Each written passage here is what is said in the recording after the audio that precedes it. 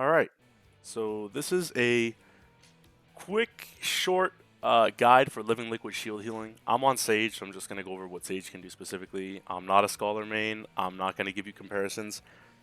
I will use general terms like just throwing out shields or something like that you can relate to if you don't play Sage instead of saying all these whack-ass ability names. I'm just going to go over briefly positioning, which, I mean, you'll get the gist of from the toolbox anyway, so I won't speak too much on. But I'm also going to go over specifically what cooldowns I blow where and how I mitigate this as Sage to be really, really comfy. So I'll just get to it. Firstly, you want to pre-pull Zoe because it's a 30-second. The cooldown, the countdowns are always less than 30 seconds.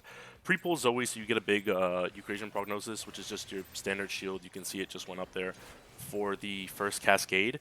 After my third GCD, so 1 GCD, 2 GCDs, third GCD, I weave Carachol. You can see it's out right now.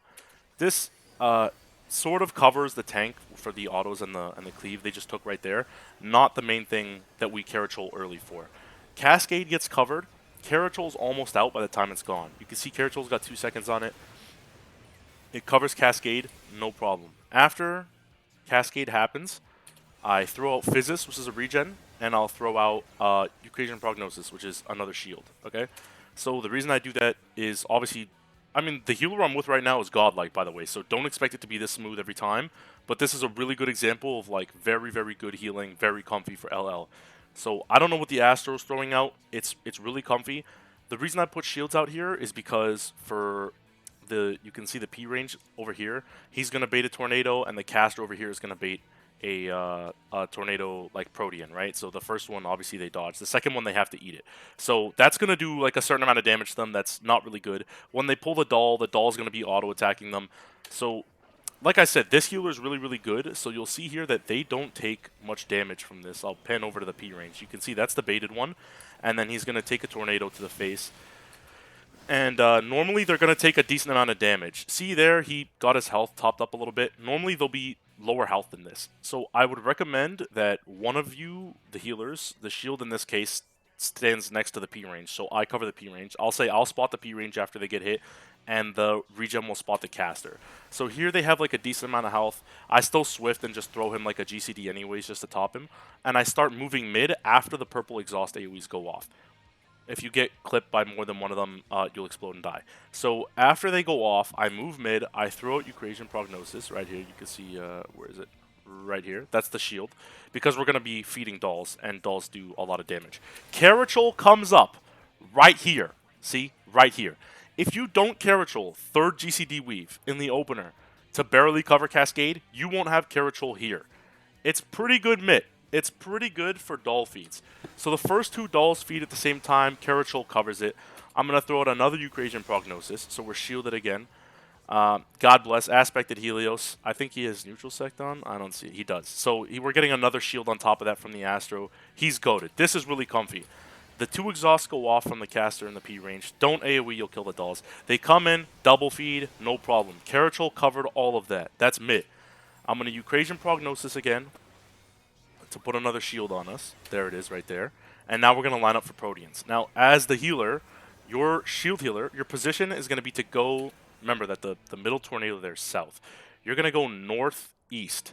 All right, so you're going to be behind the boss there. You're going to come out here with the P range. You're going to bait puddles, these 2 puddles here, and then you're going to go in on the the intercard here of Living Liquid. So these, here, I'll target him. These Proteans come off of him, their proximity. The 4 closest people are going to bait these. Since the melee baited the first couple, they're standing on max melee range. You have to make sure you come all the way into his hitbox, like this, to bait them. You can see them here, right? If you don't, and the melee's close enough in max melee, and you're like standing out in fucking Narnia, it's wraps. The melee's going to bait it, and if they take 2, they die. So make sure you're there, okay? So now we've taken damage. I'll come back to me. I'm casting Prognosis. I'm getting a heal up. Here's the thing. Carachol's out now, okay? Again, the timing on Carachol is important. We're about to take splashes, which is multiple instances of raid-wide damage. Alongside that, both the tanks are going to take a blue Tank Buster tether from the tornadoes. Don't be alarmed if the tether's not on a tank. They can grab it. That's not really your main concern. The point is here that normally tanks take so much damage from splashes and the buster that one tank would either invul or that they'd have to kitchen sink, and they might not have the mit they need for next phase to make it comfy for you. Next phase being Proteans too. So instead, you might have noticed I didn't use Holos so far, and I didn't use Panheima so far. You could use it for dolls, feeds 1 and 2. I don't think it's worth it. You could use Holos for dolls, feeds 1 and 2. I don't think you need it, and it's much more comfy here. So, like I said, Caratrol timing so far has enabled me to have Caratrol up every time I need it. Caratrol's up right now. I don't Eucrasian Prognosis. I Prognosis, which is my GCD heal. I do not do my GCD shield heal. The reason for that is because I'm going to throw up Panheima. There's Panheima. Everyone has the shield. The next 5 hits are mitigated by that shield. Splash. 1,493 damage. If you've been in this phase before with healers that don't blow a lot of mit here, you'll know that they do like a third of your health. So the first splash, 1,400 damage. Second one, 1,257, 1,196, 1,578. We're taking fuck all damage, okay? Then I hit Holos, okay? We get mit, we get the shield, which is great. So the shield's bigger than the Panheima shield. Panheima just wore off. I think there's one more stack.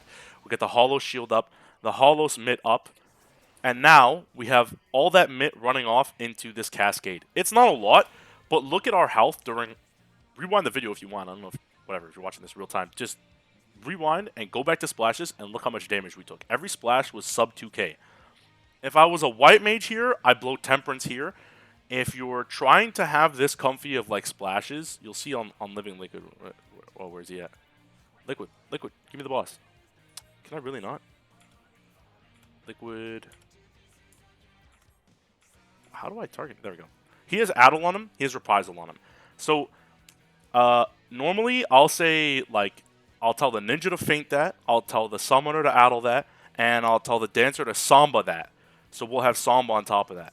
And then you throw out whatever mit you have. All Temperance and the Shield Healer will put up whatever they have and make this really comfy. Now, the point is twofold, is that you get to mitigate how much splash damage you take for the whole party, which means you get to do more damage because you get to cast whatever you want to cast. And if you have to, you can babysit the tanks without worrying about the party. But if you mit this that hard, you don't have to babysit the tanks. You don't have to blow an invul. So as you can see, the Cascade's about to hit. That was Hand of Pain. Doesn't do any damage. Cascade hits. Took a decent amount of damage because our mit was kind of running off. Holos is still up, but our mit is running off. And the rest of that, though, was super, super clean. Now, I hit another Eucrasian Prognosis. And I got to go back to me so you can see my positioning. Shield Healer is on south, close to the South Tornado. Regen is not, so know the difference if you're going to be one or the other. Shield Heal goes to South Tornado. I throw a Eucrasian Prognosis to shield us for the first instance of Protean 2 damage, which is going to be after we bait Proteans north and south. We're going to go to... Melees are going to soak Proximity Proteans from Living Liquid, and the ranged and healers are going to bait AoE Puddles and the Tornado Proteans. You'll see them. And then we'll switch, and range will come in and take the proximity baits from Living Liquid. So everyone's taking damage, as well as the autos from the 2 bosses for the tanks. So when I get here, I do Eucrasian Prognosis, put the shield up. I do a couple GCDs of cleansing, so keep in mind you have to cleanse. The cleanse order, if you don't know this already, is one healer will do themselves and then top down on the list. The other healer will do themselves and then bottom up on the list. So generally, I guess this is the standard party order. I have mine as both healers, then tanks, then DPS. It doesn't matter. Always get yourself first, and then have a top-down, bottom-up priority for 2 more cleanses. You have like 4 GCDs to cleanse. If you get caught in the middle of a GCD when cleanses come out, do not panic. Cleanse in the normal order that you're supposed to cleanse in, you will be done on time. If you start a GCD when cleanses come out, it might be tight. Save a Swift for the last one. Save a Swift for the last Asuna. So in this case, I have myself in bottom up. So now I'm going to Asuna the Red Mage, and then I'm going to Asuna the Dancer. You can see I'm targeting the Dancer. I Asuna. Here, I'm going to Weave Physis. Right before we leave, Asuna gives you a lot of weave room. I Weave Physis, which is the regen. The reason I put the regen out is because everyone's, like I said, everyone's taking instances of damage in this, and they hit kind of hard, and you don't want to get caught trying to do mechanics and having people die right before limit cut, or maybe not even making the check for Living Liquid. So I throw Physis out here. Then I start going to my spot. Caratrol comes out there. Peep the timing. I'm telling you this shit is goated. There's probably okay. I'm not the best sage. There might be better timing for this. I don't really believe that there is. But if somebody tells you they know better and they know better, they might know better. So don't take my word as like law here. I'm a white mage main. But the Carachol covers the first cascade, covers all the feeds, covers splashes, and it comes up right here for Proteans too. Almost everyone got Carachol. Almost everybody. The only one that missed it was the red mage because he's all the way over there. Almost everyone gets Carachol. Never mind. He got it. Peep that. Everybody gets Carachol. We're taking one instance of damage each, big damage. We have a regen out, and we have Mitt for it. After I bait that, you see that? You go all the way back there. You bait the AoE puddle, which baits on the people furthest from the boss, by the way. You stay for like another half a second, and then you bait that tornado wave. And you can just run back in here to get to your spot. As shield healer, your spot will be south of the boss, right here.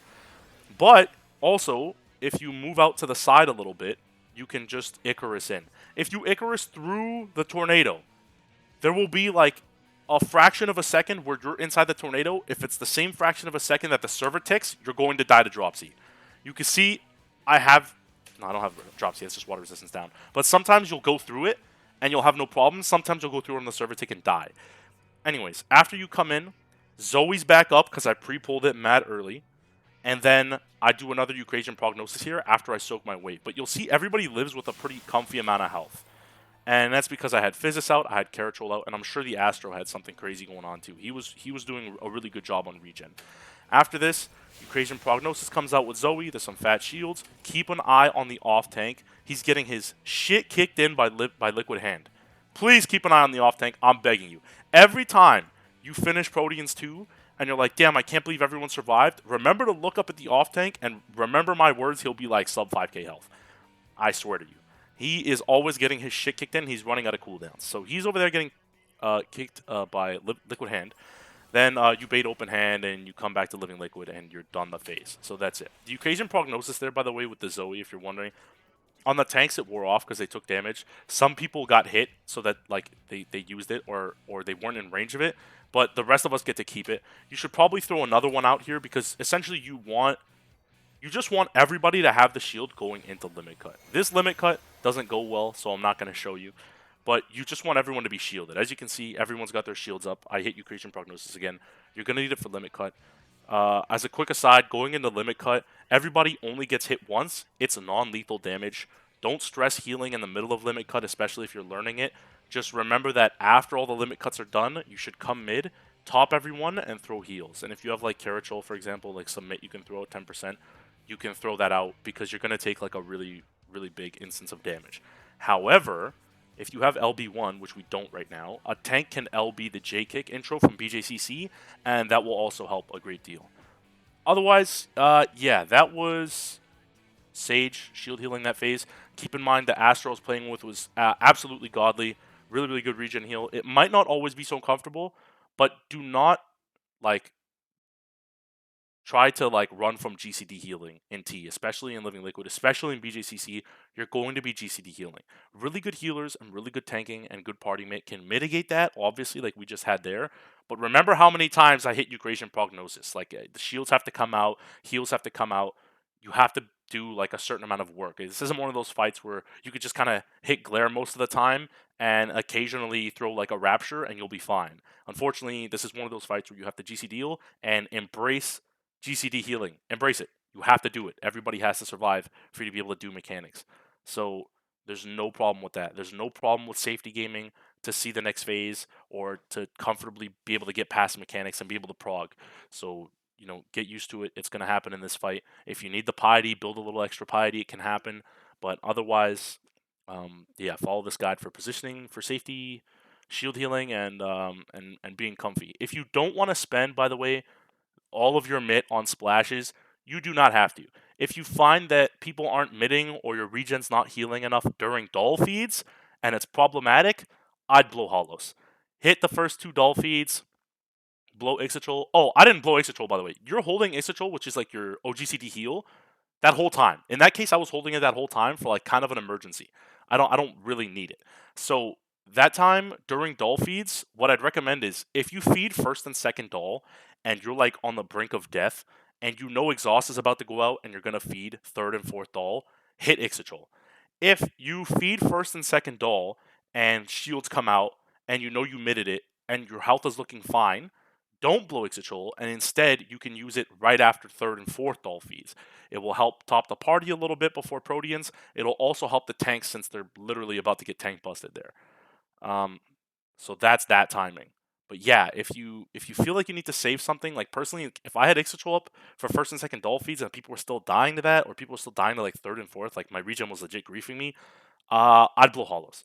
You blow hollows there. You don't need it for splashes and cascade. Just remember that you're gonna have to like GCD heal a little more for splashes and cascade. It's not a big deal. Do what's comfy for you. This is just a baseline of what I do that's really comfy for me.